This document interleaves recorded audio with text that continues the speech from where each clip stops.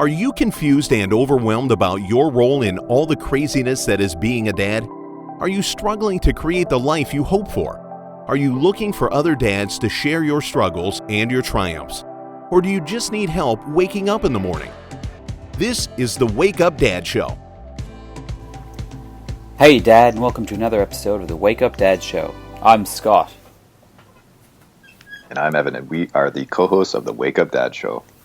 In this show, we explore the 5 P's of dadhood: purpose, power, parenting, providing, and passion. And on today's episode, we might actually drop an F-bomb.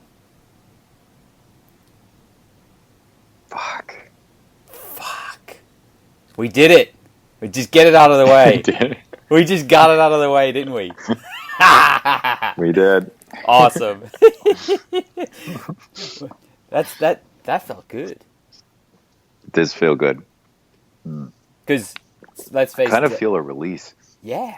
I mean, this show has been pretty clean, right? It's been very clean, pretty neat and clean, and I feel like maybe we haven't really been expressing all of our true selves with just being clean, because I wouldn't say I'm a full potty mouth, but I get my swear on a little bit. How about you, Ev? Definitely.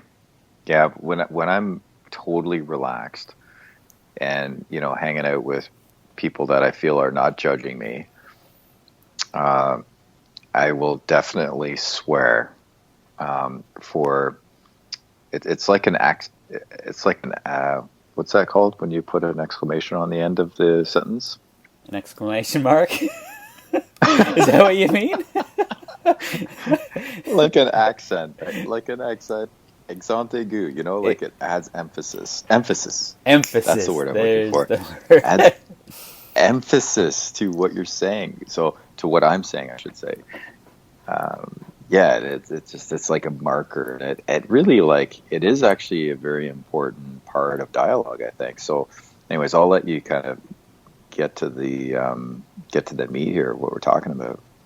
Well, no, I mean, I think you're right along the right track. I think, basically today's episode is going to be about swearing, and in particular, swearing around kids, swearing as a dad, like when you're in your dad role, not your buddy role, because you get around your buddies and a couple of beers come out or whatever, man, the swearing definitely goes up.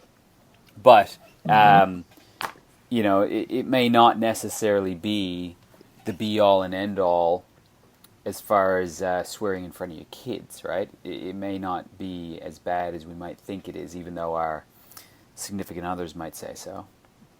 What? Don't say that around the kids.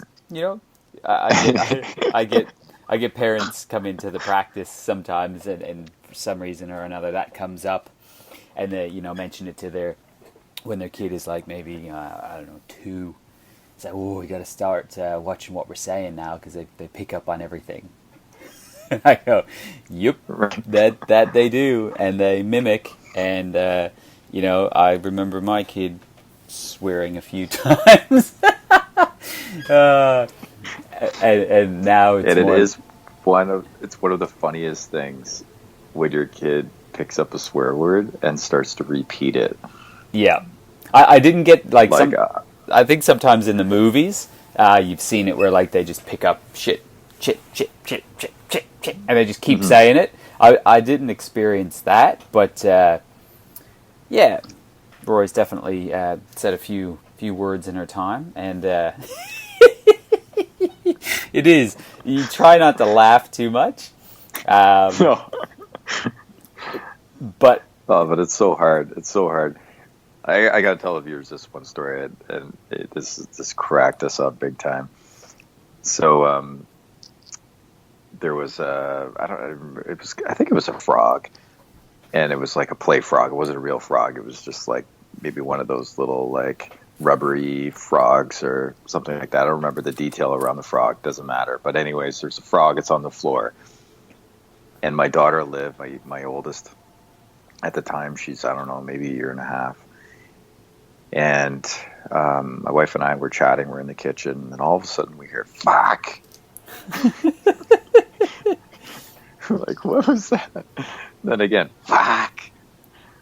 And it's Liv. She repeats, fuck. And like, I am honestly in stitches. I'm on the floor, like I'm howling. She's saying it so loud and with the fuck. And, what is she doing? And then she did it probably 8 times before we realized that she was saying frog. And but man, we were dying, and it ended up happening again when we eventually put the frog in because we wanted a good laugh. She didn't realize we were laughing at her though. So any viewers that are thinking, "Oh my gosh, you've made this girl, given this girl complex," we haven't.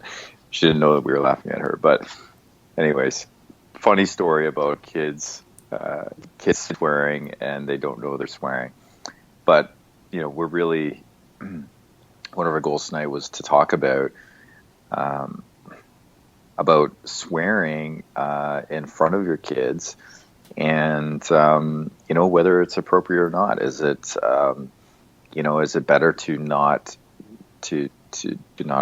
swear at all in front of your kids, or is it better to expose them to swearing? And if we are going to expose them to swearing, how do we expose them to swearing in a way that isn't going to be detrimental to them? So, any add-ons to that, Scott?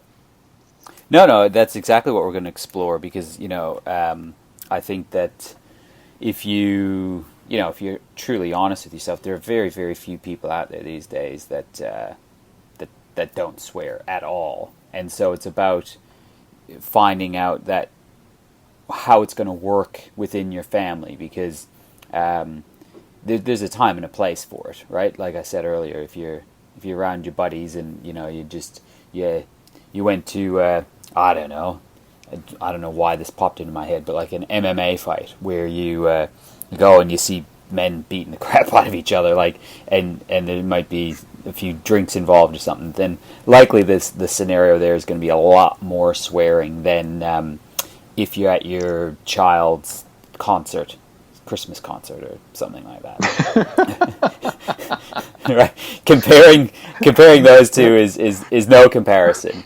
But where's a time and a place? Because I think it's important. It's almost important in a way, I think, that kids do hear that to a certain degree, because it's really an expression of different feelings that we have. Like when you stub your toe, you're like, oh shit, oh man, that hurt. Like it's a real expression of that, a real expression of what's going on. And like you said, what was that word you used? It was emphasis. Was it emphasis? Exclamation. Accentuating. Exclamation, emphasis. One of those things. And it's an okay thing, I think, for kids to hear sometimes. But there's some ways to look at it. Like, you got to be yourself, but you got to be careful. You got to use it in the right context. You got to use it, like I said, not at your kid's school, not at the Christmas concert with the other parents around, and these parents are like, "What is this dude? What?" Like, they're home and they're swearing as well, because I don't care who you are. There's times when you swear, but just being aware of what you're doing, and then actually talking to your kids about it, like that, I think, is probably the biggest underlying thing. Is we are not saints, and I'm talking about just we, as in me and Ev. Like, you might be a saint listening. You could be. I mean, I doubt it, but you could be. Yeah. So, and then talking to your kids, like if that comes up for me and I, just get frustrated or angry and a F-bomb drops out, or a shit or this or that, I'll always just go, "It's okay, Rory, I just got upset for a minute. That happens sometimes." and everything's okay, right? And it's as simple as that, because and I talk to her about it, because when she gets upset, a foot stomps or a grumpy face comes on.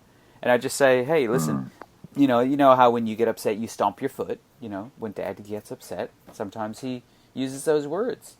And so I think it's important important that the underlying thing is that you talk to your kids about it. Mm-hmm. Yeah. Yeah. I found it interesting with our kids that they knew all the swear words through school somehow. Like maybe they got educated on or whatever, and they knew that they weren't words that were appropriate for them to be saying. So they call us out on swearing. Yeah. Like, Dad, you just swore. Like, you should use that word. And it's like, yeah, you're right. That those words aren't words that we want to be using all the time. Sometimes they slip out, and like one of the times that swearing can come out for a lot of parents. Now, I tend to not swear in this time very often. I would say it would be rare, but I know that some parents do it a lot, and this is driving. So, like swearing at other drivers and that kind of thing. And I think that could actually be a borderline situation. Maybe we could talk about a bit. So far we've covered, you hurt yourself, and like sometimes we have this medicine cabinet, and I hate the word medicine cabinet because it's so ridiculous, but we have a cabinet anyways in our bathroom, and and I sometimes I bend over to grab something, somebody opens up the cabinet, I get up, bam, oh, like that, right? Did that drop blood? Yeah, and there's something about using the word, and it's like a release, whereas like almost any other word like just isn't going to do it, but for some reason the swear word just completely somehow helps alleviate or dissipate the experience of maybe that injury, and maybe the viewers could somehow communicate with us, whether it's through the Wake Up Dad show or so on, like situations or things that have come up, or what their opinion is on the injury swearing. Okay, so in my opinion, injury swearing is in a class of its own, and I think that it's okay. And again, like you said, explaining to your children the use of the word, and that sometimes when I get injured, I swear. Then there's swearing at people, which is the vehicle swearing. So this is where I think that it's a different arena where when we're swearing at people, and I think that's a distinction, whether it's we're swearing at our kids or swearing at another person, these sorts of things. That's where I think there's a bit of discussion and perhaps some gray area there. What do you think, Scott? Yeah, I agree, because it's swearing as a general utilization of a word, puts a lot of emphasis on what's going on. So if it's because you hurt yourself, it's a stress release. But if it's at another person, then it is almost like it technically is verbal abuse, right? And that could be, and my guess in today's world, I don't have any statistics on it, but could be and probably is more damaging than physical abuse. So if your kids see you swearing at other people, we all know that our kids will reenact what we do more than what we say. Now, when that's a bit of a funny term now, because it's actually the doing is the saying, so they will more do what we say and say what we say, and you know what I'm talking about? Like, they don't do what we do and say what we say. Yeah. And so if they see us swearing at other people, and definitely if they see us swearing at them, then that becomes part of a verbal abuse situation where that could start to affect so many other issues with our kids.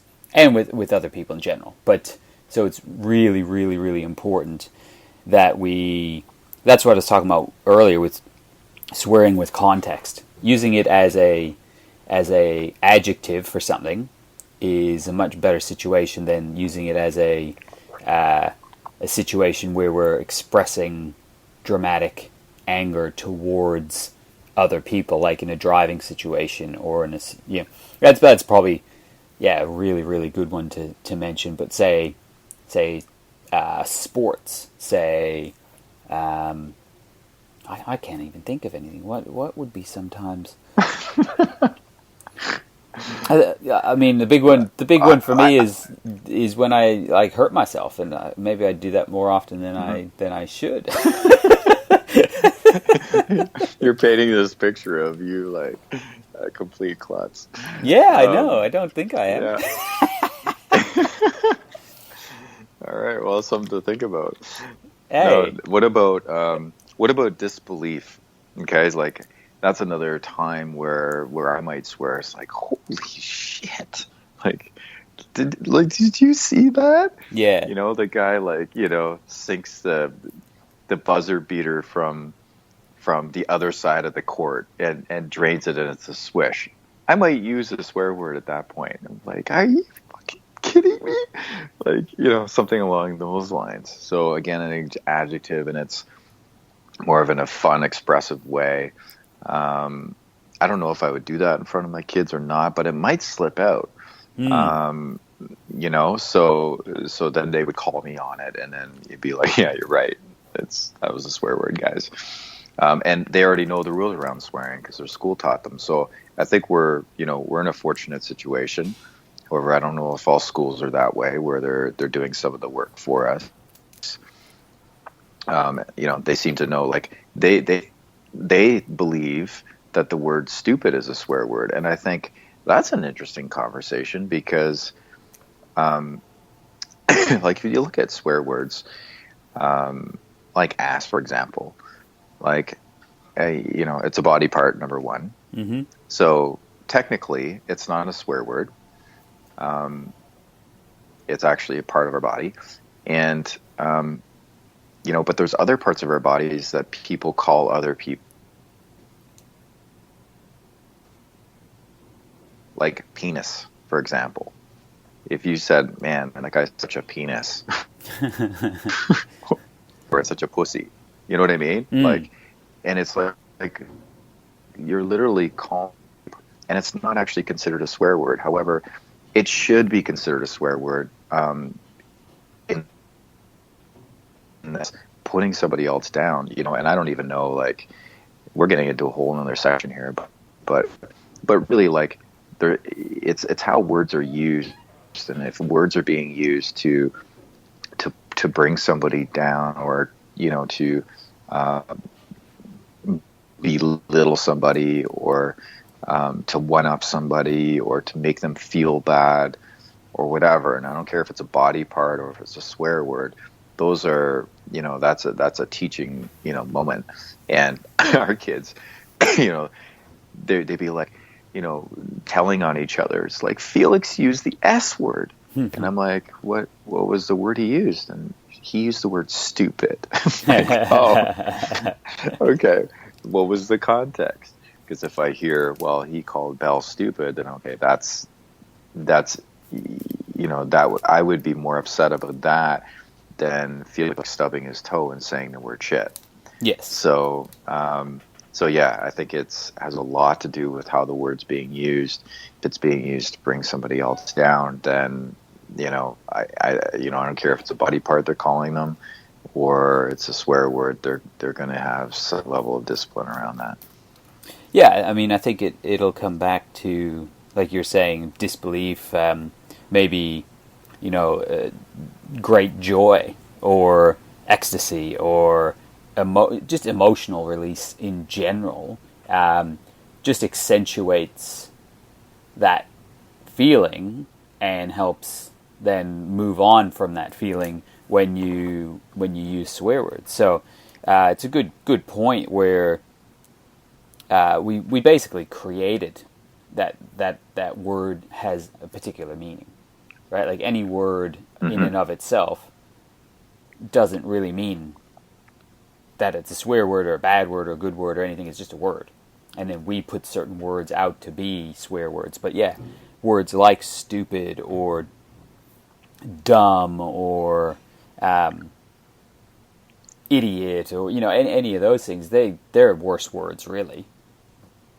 Mm-hmm. They can cause more problems and more harm than dropping an F-bomb here or there, or a shit word or whatever, right? Like those, yeah, it's a good Mm-hmm. point to make that it really is more about how we create that word to be for our kids, whether we put too much of a stigma around it and, punish them for saying a word rather than talking to them, right? I mean, Mm-hmm. certain situations and certain words, I guess, or whatever, would instantly cause some issues and maybe create a situation where punishment is needed or whatever, depending on your, that's a whole other situation, is punishment versus reward and everything else. But we'll leave that for another show.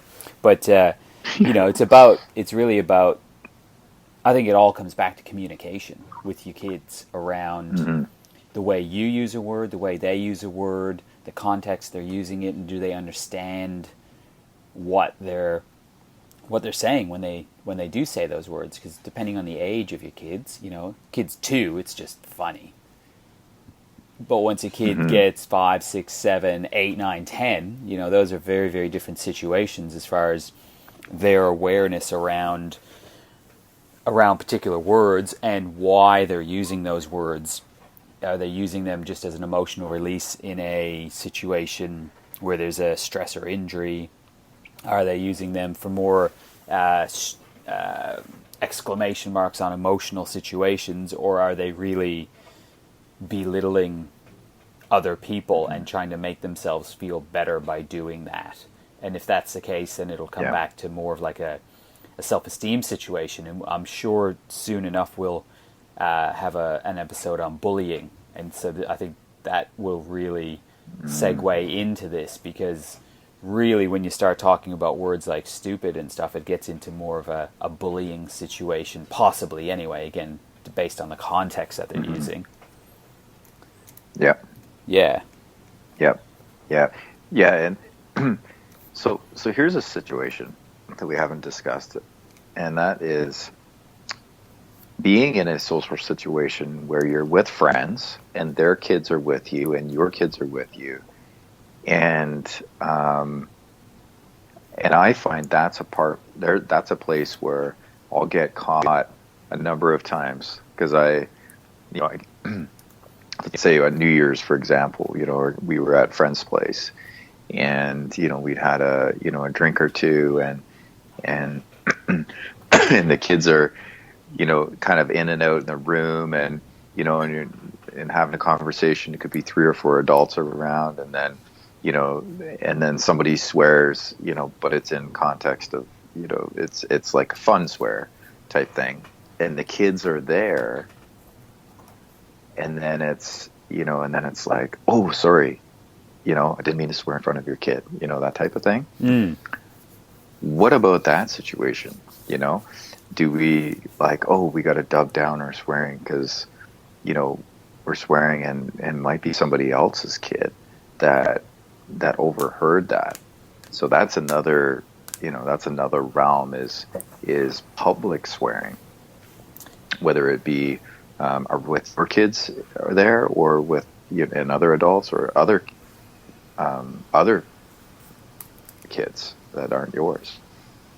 Yeah, I think that's a really big one, is being aware of your situation, because I think there's almost 2 different situations there where you're talking in front of some close friends where you're, at a house and it's like a couple of families or something and you guys all know each other, versus out at a park and there's other families and groups around that you don't even know. And so I think being aware and being appropriate is important, because if you're in a house with a couple of friends and family members, etc., and you guys know each other, then you'll probably know whether or not that's an appropriate situation, because if their kids don't have the awareness, because that their parents never really talked to them about it, they're the parents that have just said, oh, that just doesn't happen around our house, and if my kid swore, he'd get the soap in his mouth and get sent to his room for a week without food, and tied to the bed, and we'll learn him good, so whatever. Versus, out in the park where you're never going to see these people again, and be prepared that it's happened to me out in public, and something happens, and then you get those looks, those, I wish you could see me now, like those, wow, what a bad parent. Oh my God, it's like child abuse. What? Like, I'm not swearing at the kid. That's one thing. I whether it's proud or not is to say that I've never sworn at my kid. Like, that is definitely one thing I've never done.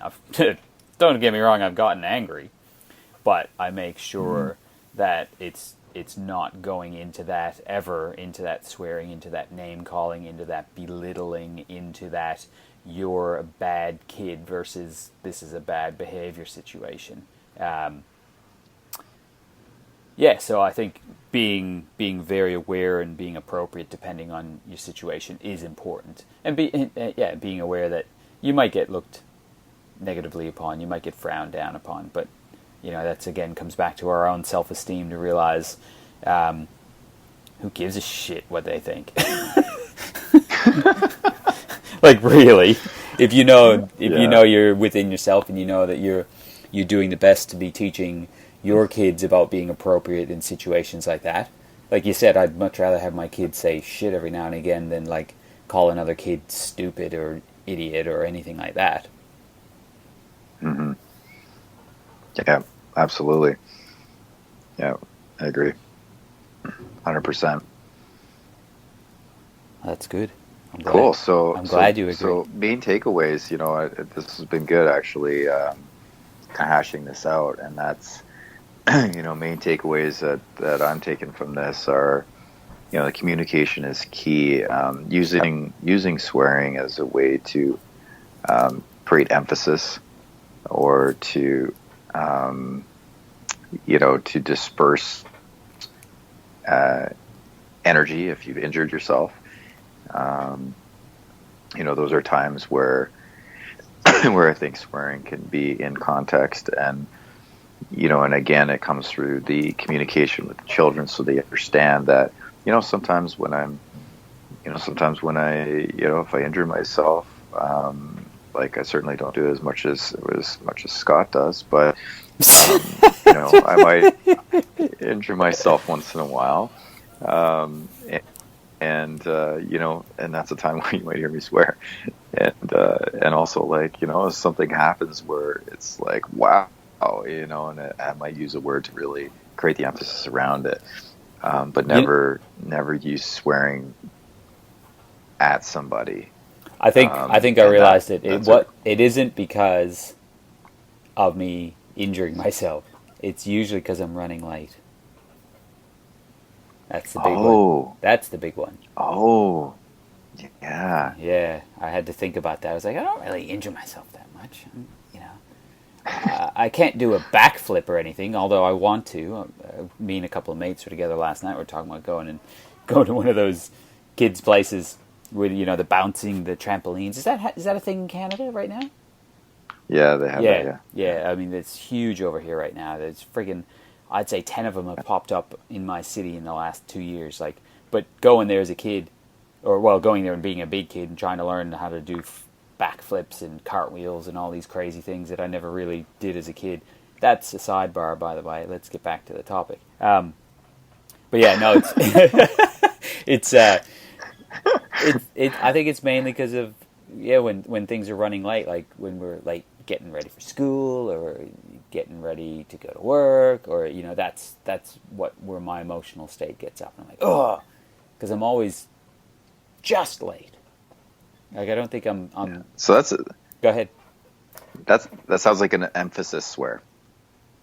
Yeah, it does. It emphasizes my emotional upheaval, arousal at being late and just freaking out.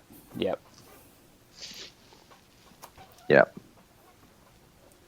But it happens a lot. I can relate to that 100%.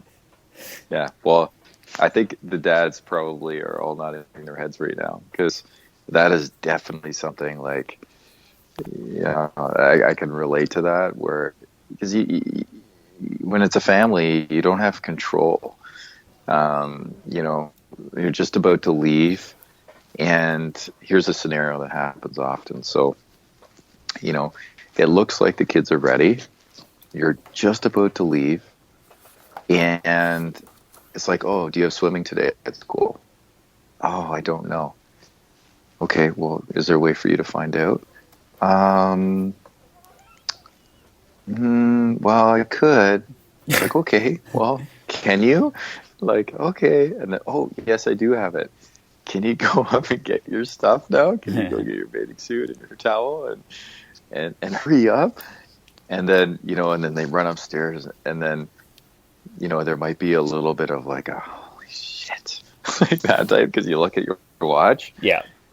And it's like, okay, we were going to be on time. We were going to be on time. We're not going to be on time, because we just like burned through like 3 or 4 minutes. And then what happens is, like, man, shit, what's taking them so long? What? Like, all I had to do is grab their bag with it, and you go up, and they're like playing with like their dolls or something. Say, what? Yeah. How did you get up here? Yeah, they got distracted. Yeah, totally. Yeah, what were you doing? And then I was like, oh shit.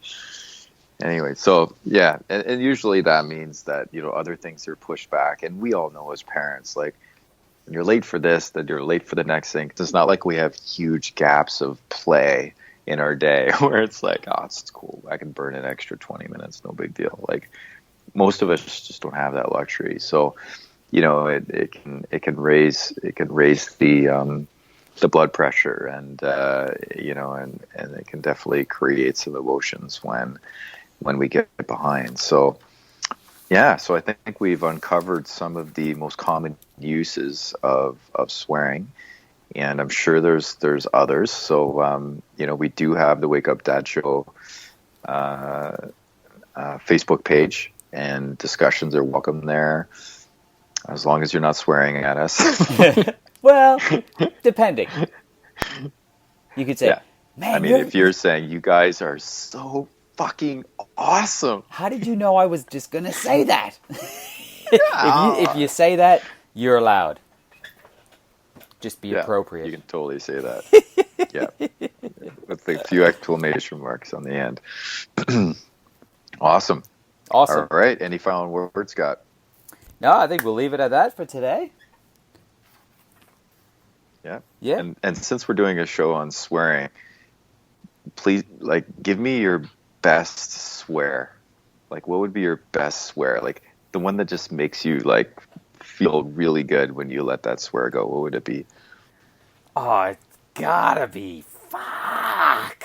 It's gotta be that. It's gotta be, it's the one that comes out. It just does. Holy shit. Is that yours? Yeah. Yeah. I like that. Yeah, makes me feel good. Yeah. So maybe, dads, maybe put that on the Facebook page. Go to the page, write down what's your favorite swear word, or your favorite memory of a swear. Maybe your best movie quote of a swear. Something fun. Because, man, swearing can be fun. It can have such a good positive aspect to it. It's gotten so demonized. You know, we just had a podcast on it, for goodness sakes. I mean, you know, it's like, I wouldn't be surprised if the government came out with rules around swearing. It's just like, everything is just so like, there's just so many rules. And so, you know, I feel actually, I think I just actually felt my heart chakra open up after I let that shit bomb go.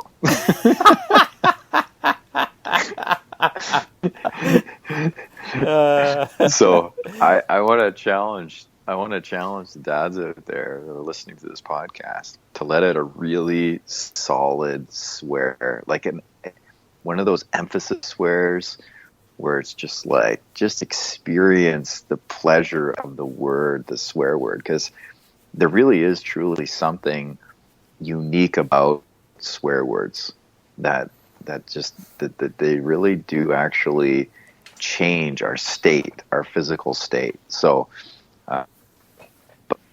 give it a go. Give it a In go. a positive way. Give it a fucking go, mate. Could you understand what I said? That was I got it. That was my Aussie accent. Not bad. Yeah. All right, All right. enough babbling on. All right, guys, that's Okay. that's another episode. This is Dr. Scott and Dr. Ev signing off. And remember, guys, go to the Facebook page, write down your favorite swear word. Do you want to know more about the Wake Up Dad movement? Go to www.thewakeupdadshow.com to download any and all past issues of the show. Claim your free gift. Continue the conversation on the Facebook group Wake Up Dad. Share this podcast with other dads on iTunes or Google Play. Make sure to subscribe to the show and give us a rating so we can reach more dads. And dads, one last thing. Wake up!